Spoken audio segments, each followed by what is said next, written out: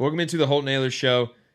Not a fun week, Caiden. Not a fun week for the film breakdown. Not a fun week as an ECU fan, as a former player. We're going to talk about it. We released, obviously, the interview with the players with Noah and all those guys yesterday. We'll dive more into it. Hope you enjoy the show. If not, as always. Holton Naylor turns, and Holton will take off and run himself. He's at the 40-yard line. Holton Naylor's to the 30. Look at him go! 20, 10, 5. Touchdown, Pirates! There's local politics, bud. It's showtime! We are back. Bye week, Caden. We're sitting at 3-3, obviously, with a really bad loss to Charlotte. We're going to be brutally honest. Look, I know fans are getting at me for being positive, Coach Houston, and me supporting him, but he's been through a lot. I've been through a lot with him. You've been through a lot with him, but we're also going to be real, Caden. So let's get to it. Awful loss. Absolutely awful. I was outside at halftime watering my hydrangeas. I look all week to a Saturday,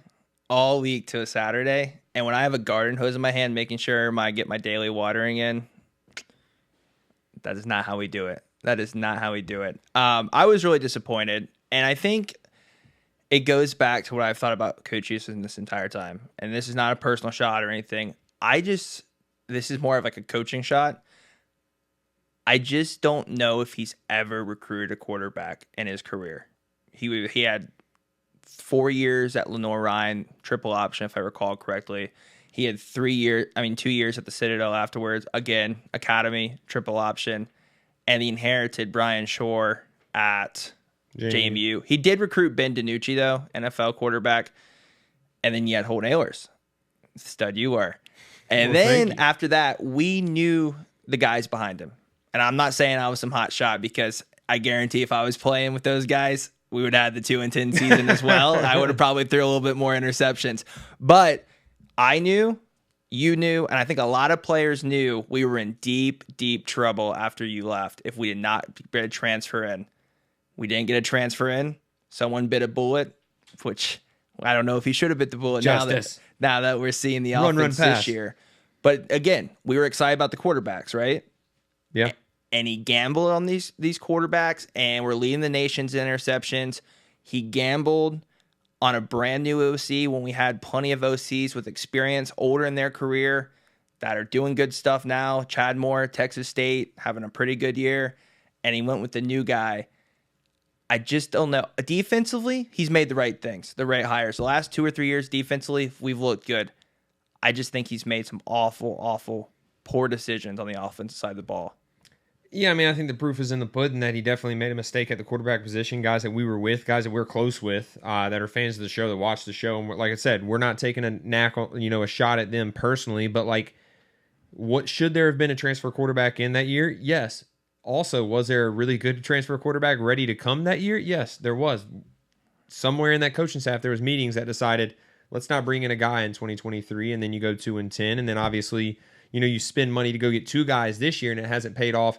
Quite yet. Hopefully, Caden Hauser gets his shot, not having to come back from 21 and to win the game. He actually goes into a game and feels good about himself, has a full week of preparation, and that's when you don't know. But, my biggest fear about all of this, Caden, is like, Team Boneyard's done great. They really have. And like, we're not competing with Texas with the NIL world. We're not competing with even most ACC schools. We're competing with the teams in our conference. And there's only one team in our conference that is in our state, and we should be way superior to them, and we just got bodied by them. How does that impact the NIL stuff? Like you said, we just spent money on 2 quarterbacks. Next year, when we need other quarterbacks, if these 2 guys don't stay, which I hope they do, I hope they can turn around.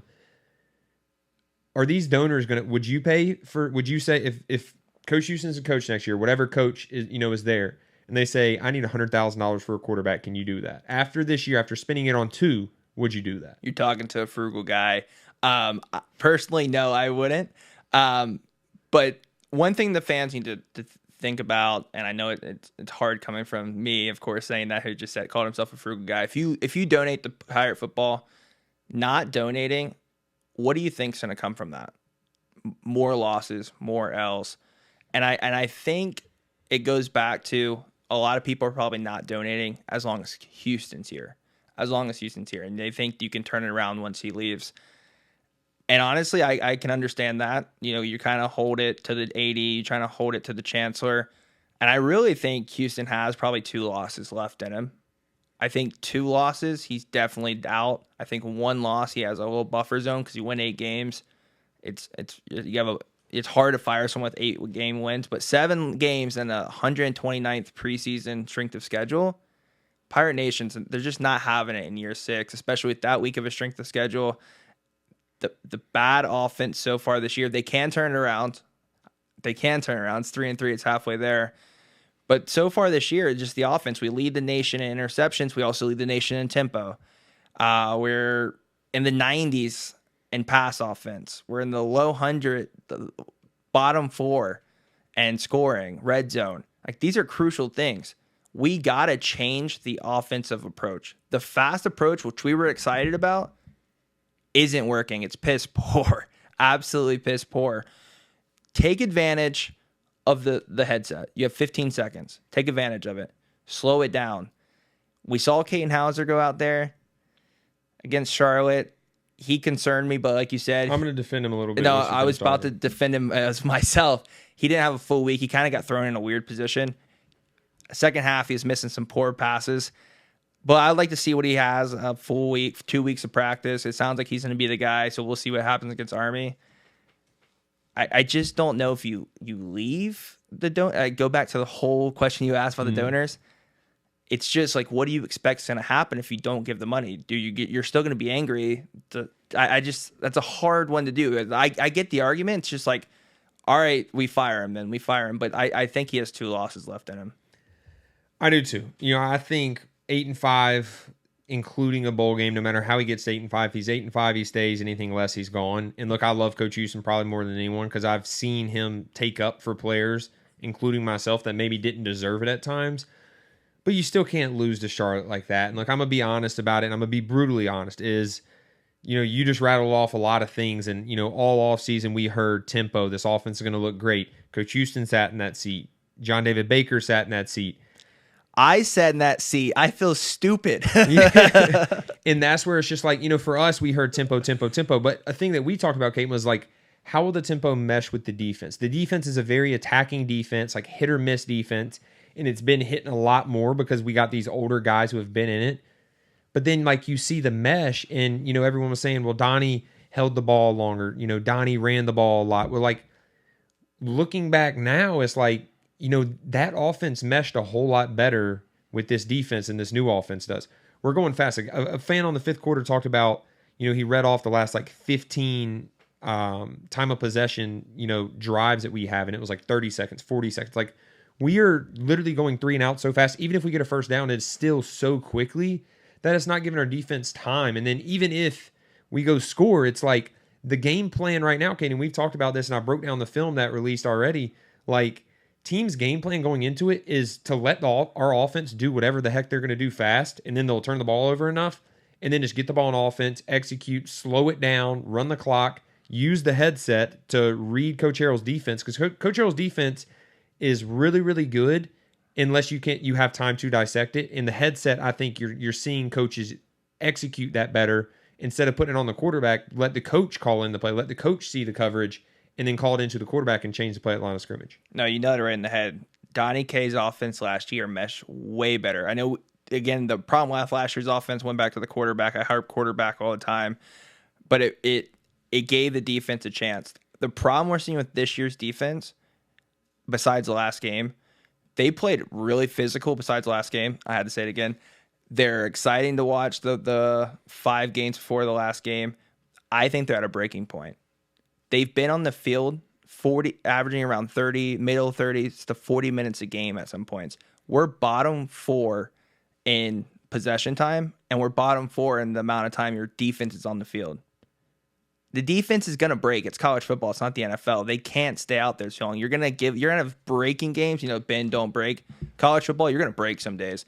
And I think they're exhausted. We're losing guys. That happens in college football. But when you're out in the field that much, you're playing a lot longer. They're getting a lot banged up. And we can't win games on a defense now. I think every team comes out and plays the exact same strategy against us. They're going to take it slow. They're going to huddle. and they're going to keep it away. And we're going to go out there at first drive. We're going to run bam, bam, bam.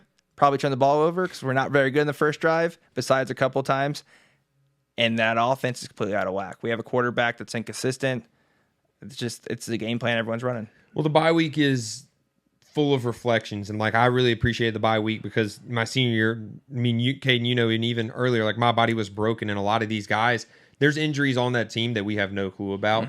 Maybe we do a little bit more, but like the true fan doesn't really know what these guys are going through.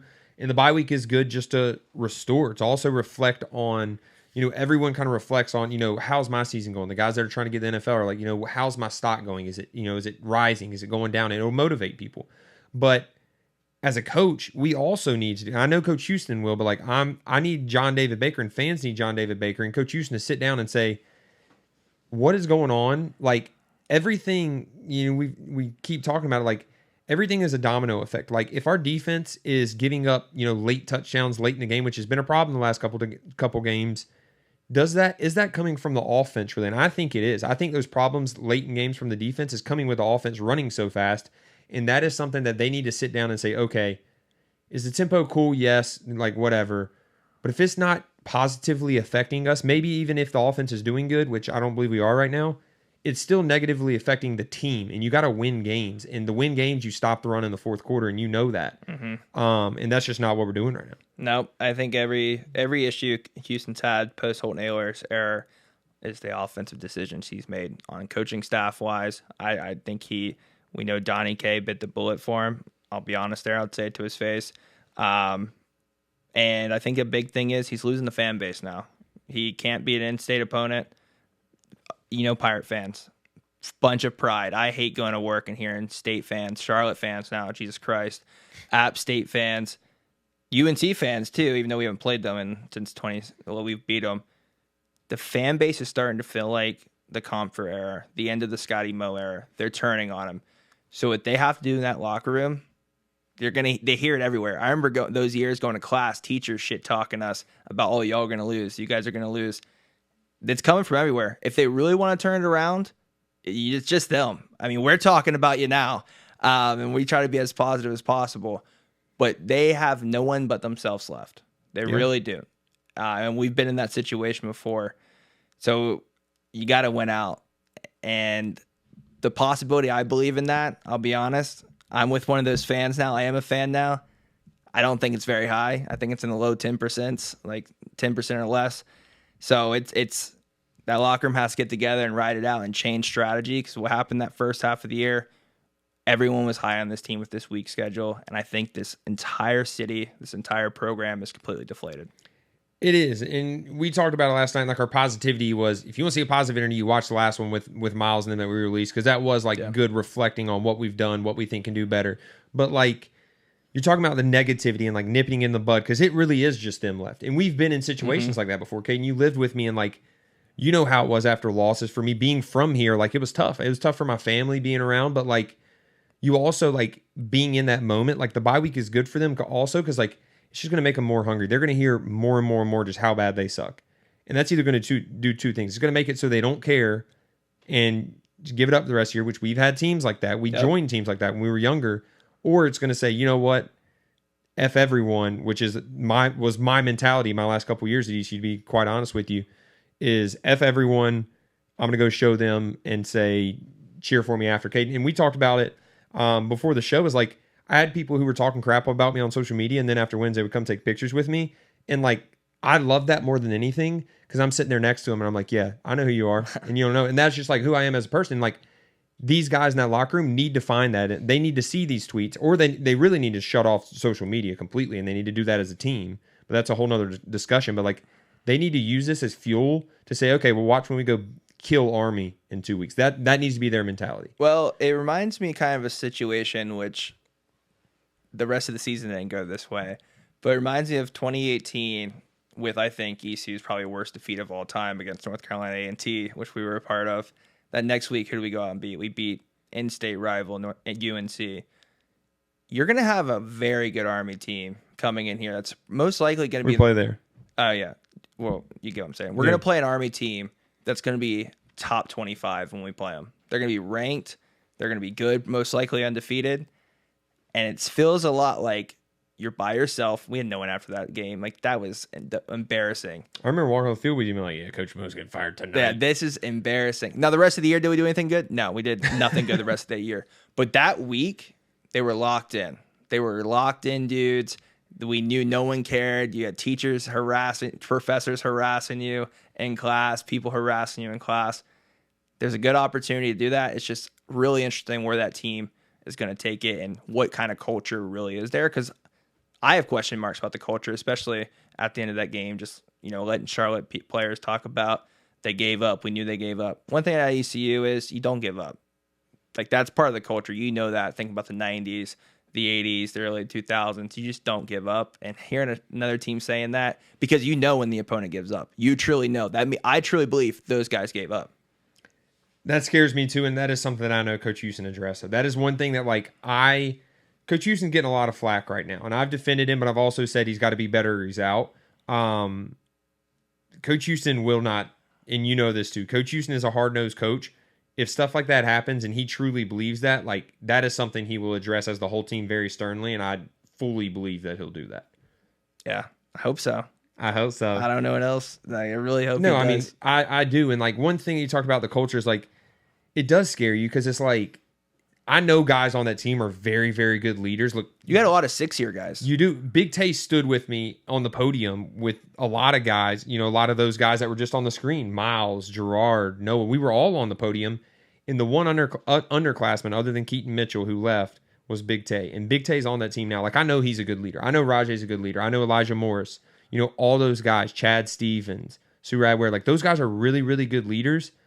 But it worries me that this transfer portal and this NIL, the culture has slipped away, and it's made, it's begun to be less about the culture and more about let me get to where I want to be and let me make as much money as when I can get there. Not saying that those guys did it, but how hard is it for them? Because I don't know. I played 1 year under NIL, maybe 2, but not like they are now, not with collectives and all that. And I don't know how hard it is to have a culture with NIL now. I really don't.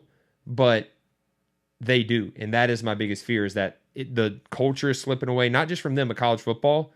And in teams like this, with Coach Houston is a culture guy, if he doesn't have a culture, he doesn't have a team, and that's my biggest fear.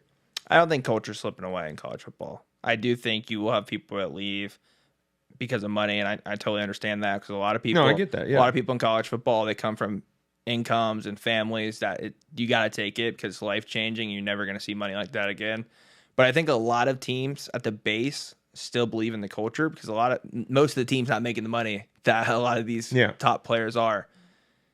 But I do have questions about the ECU culture right now. I do, especially after hearing another team saying you gave up and you laid down.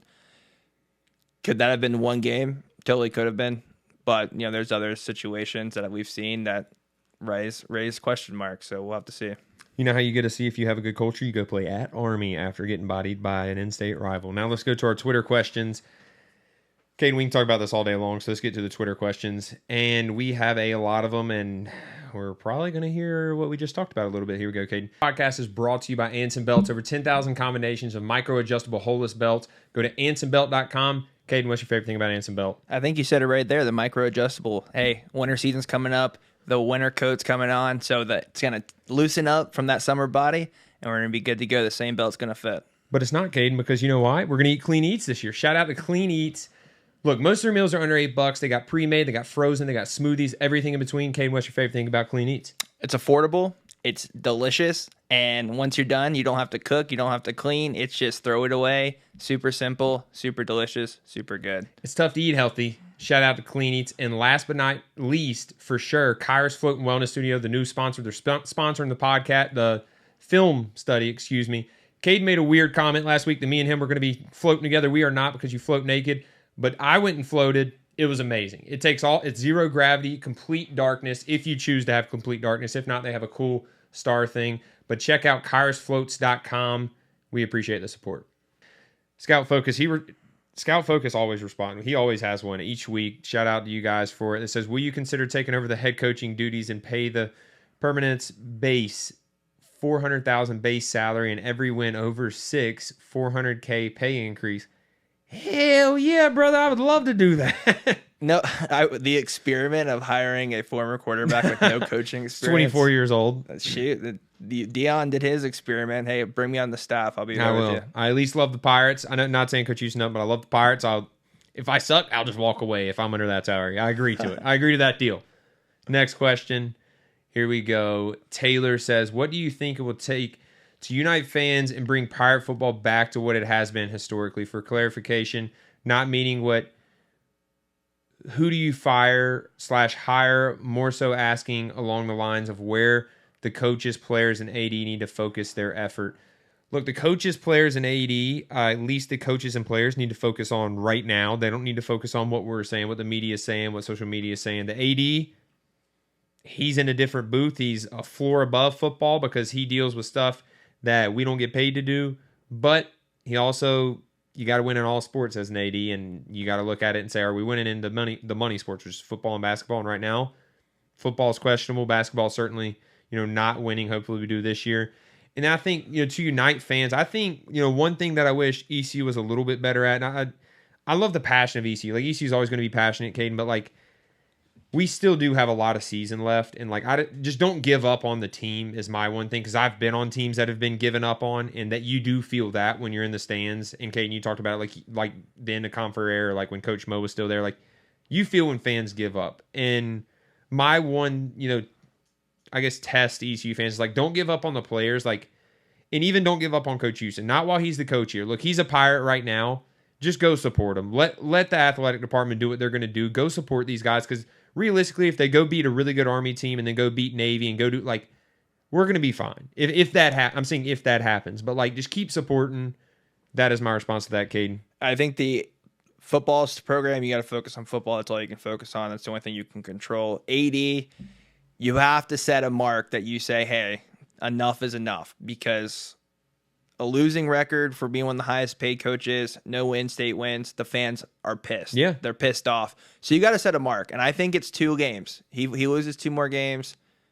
There's a real question mark. He loses 3, he's done. I think that's how you move forward there. People I like, and I don't like to talk about this We'll get to that but later. He didn't. I did, I thought. Did he say? No, he said he's not asking who to hire. Oh, okay. Yeah. We'll get to and that. I was about to say, let's just wait till we get there. No, you were not. Next question. Thanks, Taylor, for the question. We got Neela says, realistically, how much longer can we afford to keep Mike Houston? What's the actual problem? Donnie took the fall for a lot of the issues, but he's gone.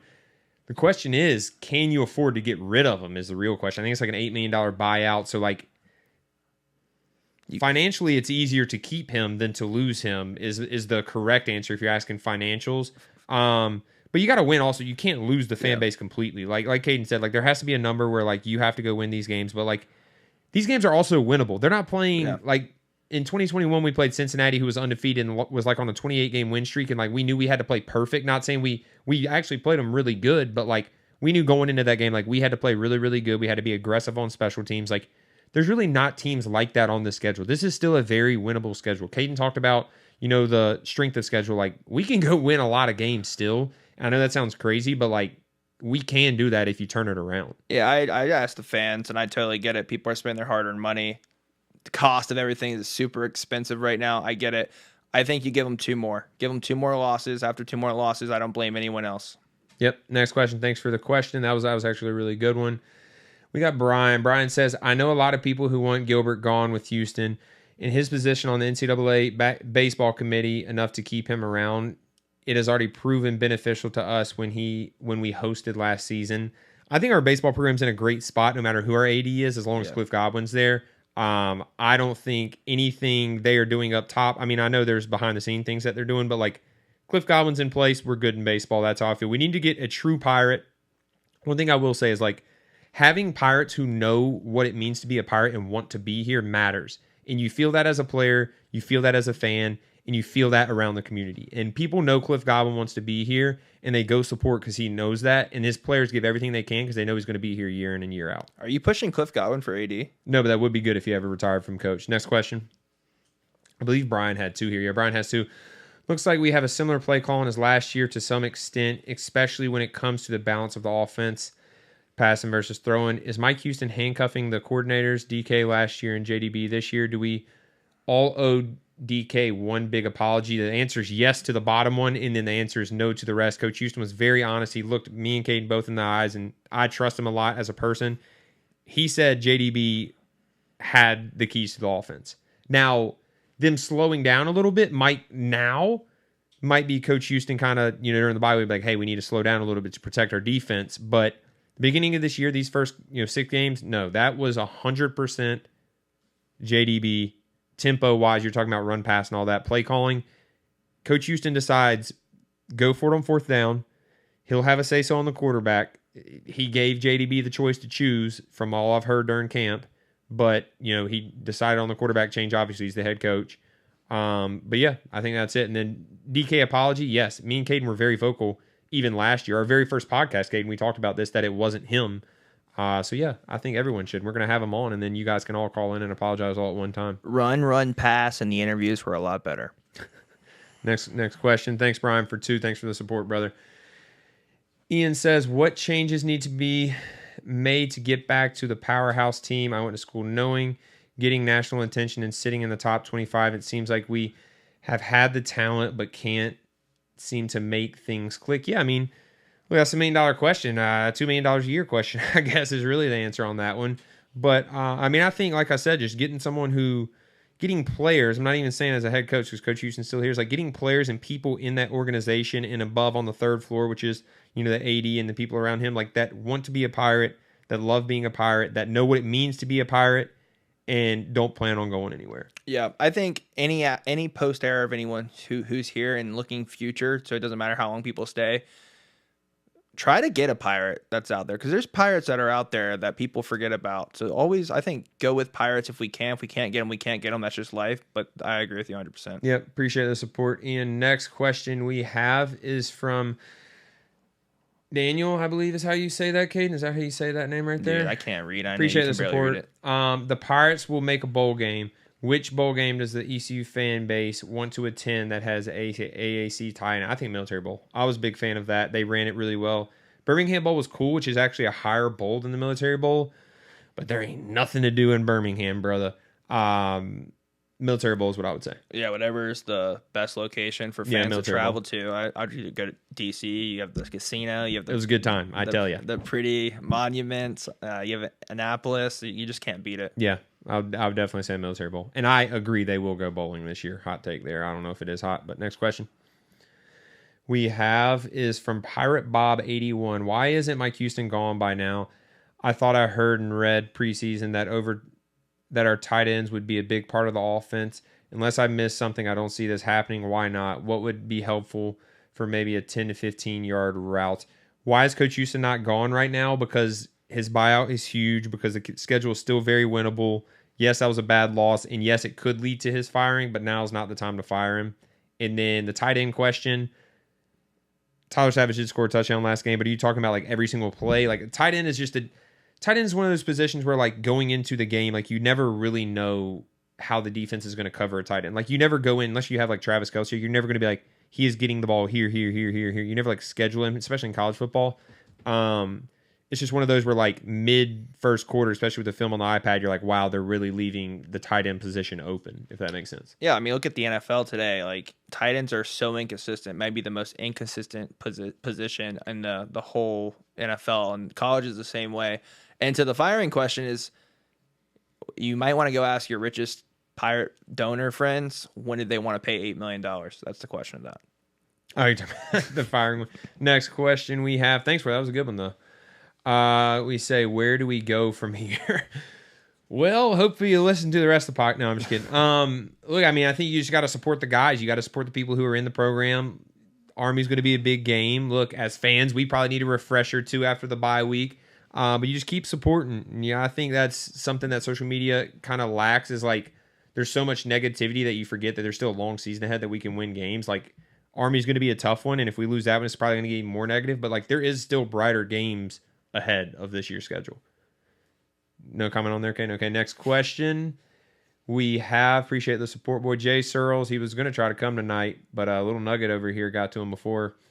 All right, next question says, Not a lot has been said about us missing Zakai Barker at linebacker. He has the green dot on the helmet for defense. Seems like we had a lot of missed gaps and tackles. It doesn't feel like we are deep enough at linebacker. Thoughts? That is a big one we haven't talked about. Zakai Barker was out versus Charlotte. I just broke down the film that was released. What is today, Caden? Monday? Yeah. Monday. We released the film. So there was a lot of missed assignments, on defense, missed gaps. Green dot means he has a communication coach. Harrell's talking to him the whole time. There's only one player on that defense who has it and has had it all season. This is Kai Barker. He didn't play versus Charlotte. That is a huge deal. Yeah, I agree. That defense really does follow around the captain of the defense. It really does. But guys being out of gaps, like, that's just discipline. And I think it's just a fluke of a game. We'll see the rest of the season if it was a fluke. We've seen them in the beginning of the year. I think that was a fluke defense again. Yep. Next question. Thanks, Jay, for the support, man. El Diablo says, if you were the chancellor, what would you do with the right to ship? Fire everyone and start over? Fire just Houston? Well, you only gave me two options, El Diablo. So, if I was the chancellor, first I would look at, the athletic administration and see, first of all, are you making money? That's the first thing, as the chancellor and as AD, it starts with money. And then second, are the money sports producing at their highest level? And if they can, or do you think you can go get someone better that can produce that? You got to view it as a business, and I think that stinks at times. That sucks at times because, it's sports, Caden. The best thing about sports is like it is people. You do get, to see things that you don't get to see in the rest of the world. But as chancellor, as a AD, you got to view it as a business. And if the business isn't profitable, I'm not saying we're not profitable, but if it is not going in the right direction, then you got to make changes. Yeah, the last 2 years of business so far hasn't been on the right track. Yep. All right, next question. Thanks, El Diablo. Great question, brother. Dennis/Denise Barber, sorry about my Chicago education, says all losses suck, but was there a game you had as a player at ECU that you wanted to win so badly but didn't? South Carolina 21, State 22, Senior Day. Great podcast, by the way. They're like, you know what? I'm gonna name off every painful loss. I think there's one on there they're missing. Yeah, State. Or what are you talking about?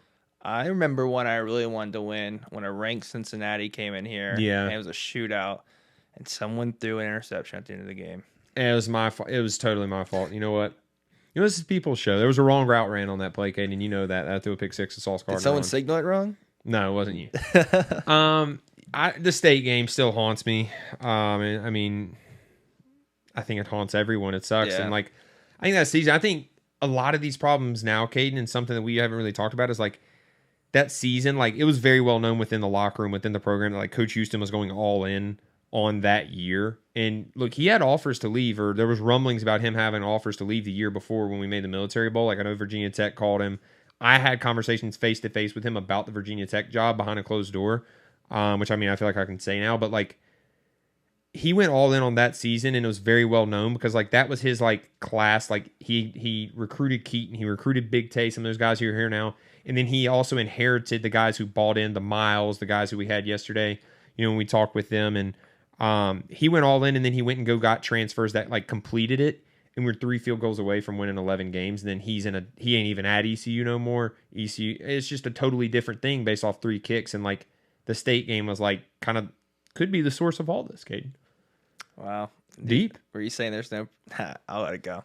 Next question. That was a good one though.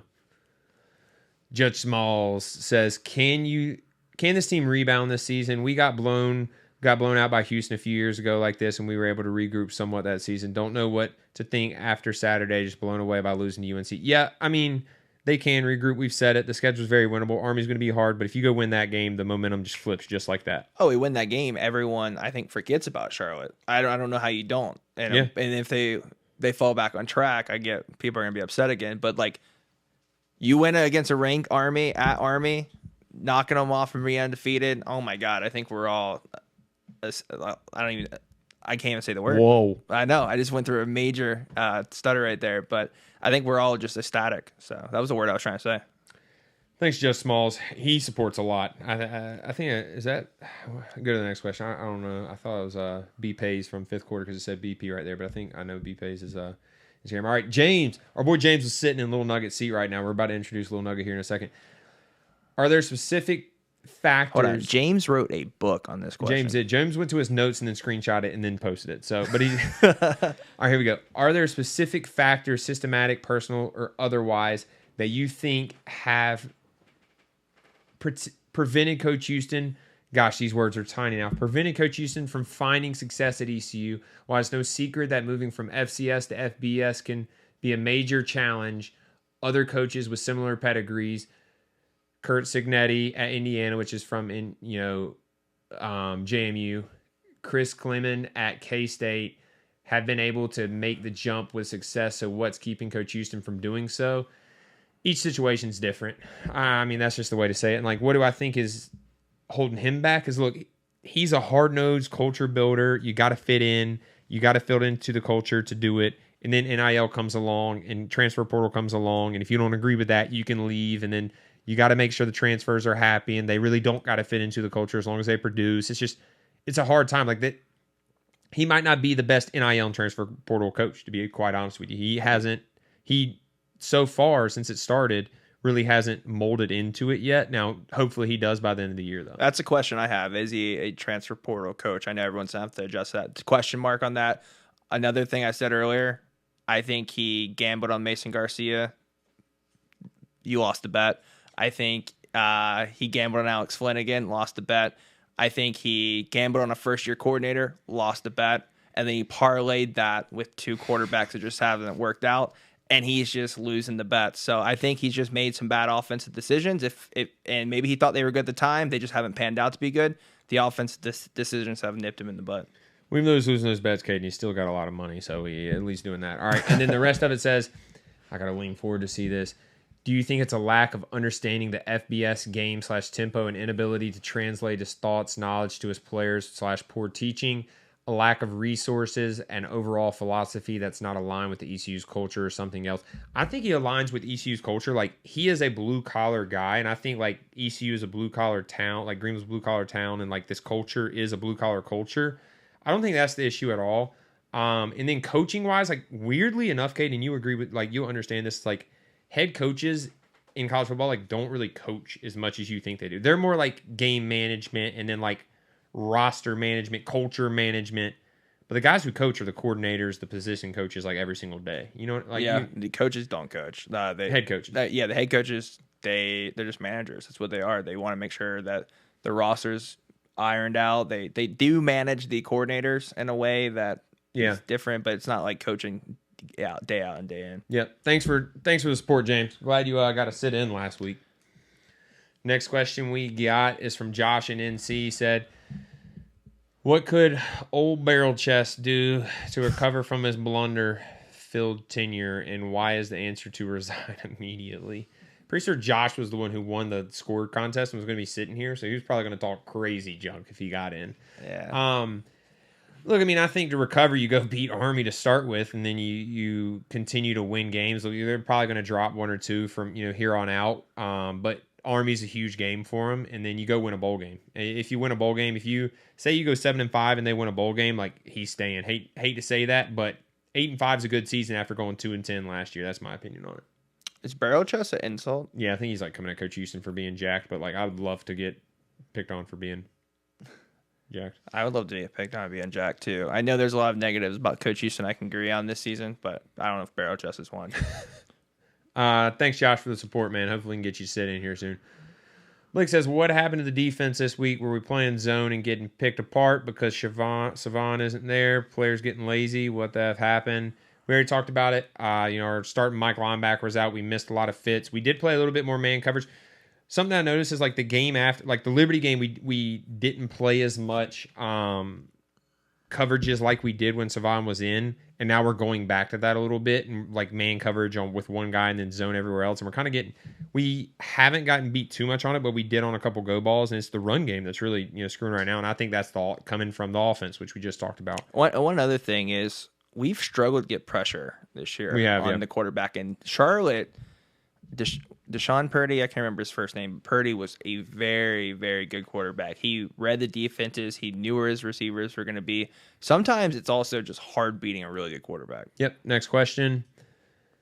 Thanks for the support, Blake. Here we go. Yeehaw. Captain Cowboy says, do you think the repeated underwhelming results from ECU Athletics has done a permanent damage to the brand in ENC? I've noticed a lot less ECU fans and a lot more UNC/state fans in the area compared to a few years ago. I don't think so. I don't think that's That's probably just in your head, man. I hate to say it. I mean, it might be, Caden, you might have, I mean, you hear from them more. You hear from the teams who are winning more. But, like, at the same time, like, ECU has had relevant teams in the last 10 years. It's just not a lot of them. And then, like, baseball is doing good. Like, we've had good football seasons at times. Like, I don't think, especially Eastern North Carolina, I think is always going to be purple and gold.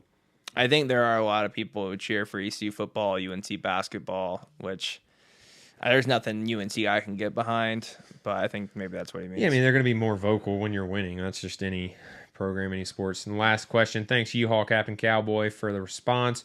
Robert says, did you see the post-game interview with the UNCC running backs? If so, what are your thoughts on that and what they said about our defense? Ain't good. It should be handled. Whether it's true or not, Coach Houston, I promise there was meetings about that because that's one thing he will not stand for. Whether it's true or not, like I said, I wasn't in the pads. I couldn't tell you. But the score got out of hand in the fourth quarter, so that might answer your question.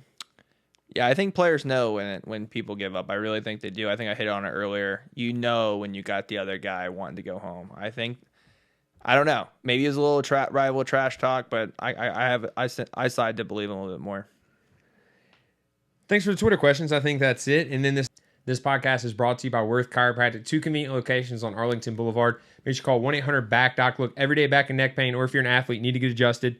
Caden, you recently went. How was it? Yeah, if you're sitting at a desk all day like I am, you hurt your back, or if you're watching the ECU this year and you just get a little upset, you might pull something. I went to Dr. Worth. He got me in and out, super efficient, and I felt good the next morning. 1-800-BACK-DOC. Why wouldn't you make the call? Go check him out. Next, I want to give a shout out to Wayne Hardy Law, 1-800-INJURED. He's a personal injury lawyer. If you've been in a car accident, he will win your case, treat you like family.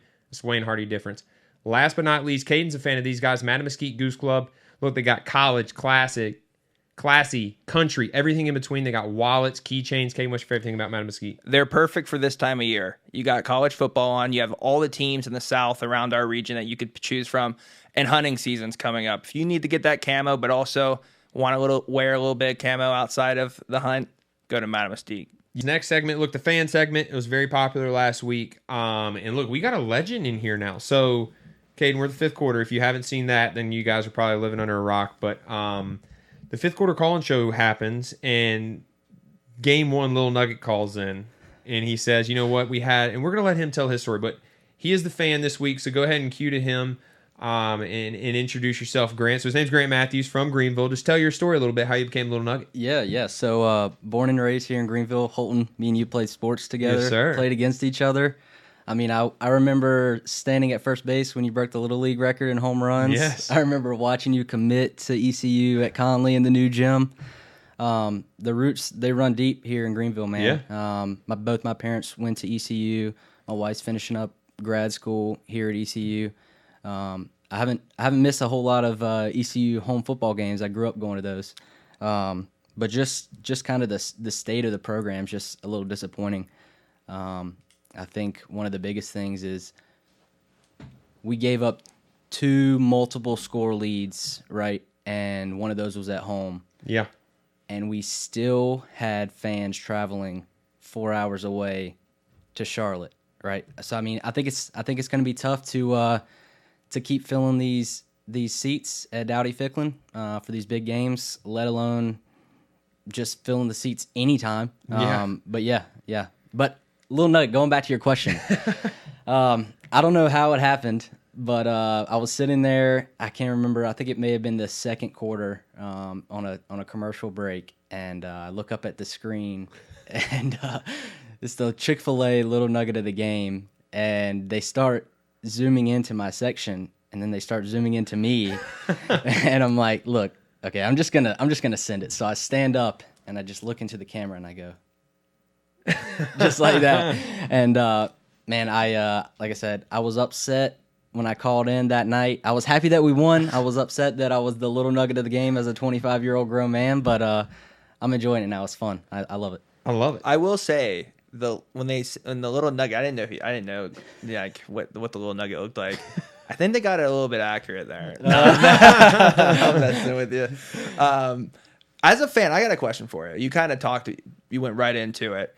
Where do you give up? I know a lot of people want to ask Holton, and there was a question.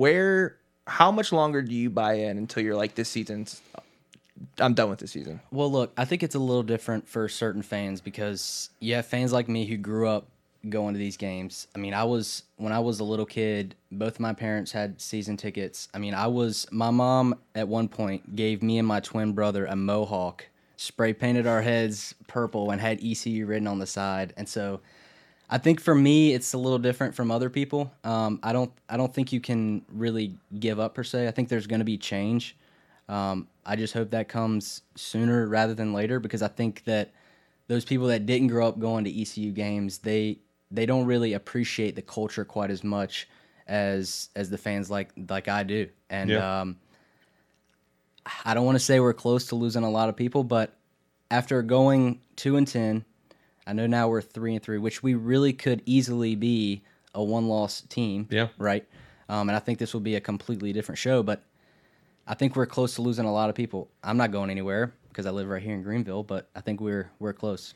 Well, that's like, it's hard for me and Caiden because like we played here and like we know Coach Houston and we know the guys in there. So like people ask us and like we're always going to be like optimistic because me and Caiden played for some bad teams too. And like we could have gave up on ourselves, but like you can't give up when you're a former player because like, I mean, as a current player for one, and then as a former player, there's like a little bit still part of that in us where you're like, you know what, you still got to believe in the team. But like, Yeah, you're still attached to the coaching staff Yeah. in a way.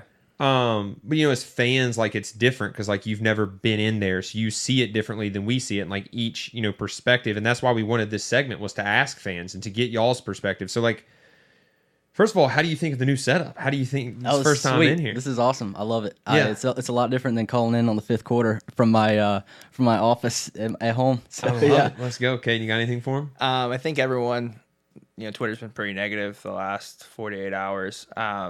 Where do you put it as a fan? Where does change come from, and how much longer until you think that the AD or leadership should enforce some change? Yeah, so I mean, I think I've got some really good friends that have been involved in ECU athletics on staff, and we talked this weekend actually. Bobby Harvard was on staff when he was a GA, Yep. and he was under Lincoln and Ruff, and I love the stories that he has with Oh, yeah. Coach Ruff. But man, he was just saying how difficult it is to have a change like that and get rid of your head coach. And I don't know. Financially, I don't think that'd be a smart play for us. I think we've had success under Mike Houston, and I think we can have that again. We just got to put the pieces together. And once that happens, man, I think Greenville's going to be excited again. I mean, excited like we were in the beginning of the season when we had a new OC coming in. Just excited about the team. That's a good call out. People don't realize it is a complete rebuild. Like, absolutely. Everyone's probably going to get wiped out, complete rebuild. And it's going to have to cost a lot of money. The richest people that support the Pirates, you're going to have to put your money out there. If you're mad enough, then make it happen. But if you're not willing to put, what is it, $6-8 million? I don't remember the number out there. You probably made a good point right there. Then Caden, do it. Are you gonna put your money where your mouth is? Dude, I ain't giving 60. All right, Grant. Anything else before we end the show? Is there anything else you want to say? Give shout out to anyone. This is your floor right now. Oh man, no, not really. Shout out to my wife. She's back at home. She's making dinner for me right now, Let's so I'm gonna go. have that when we get back. But no, I'm excited for the rest of the season. I don't think it's over by any means. 3-3 is definitely not a death sentence. We have a way up. We just gotta hit that stride. Very I got winnable one more schedule. thing. All right. If I have to hear another story about Holton Ayler's home run career in Little League, I think the problem was Greenville didn't have enough good pitching in the youth Okay. baseball league, and he would have struck out for my knuckleball. I was like the same size I am now when I was like 12 years old. But appreciate you joining, Grant. Fans, if you want to do that, then follow at Whole Ayler Show. Tag us on stuff. Reply to us. Like, we'll get you on the show. That's a new segment we're doing every week. We will continue to do so. But keep supporting the Pirates. Hope you enjoyed the show. We'll see you next time.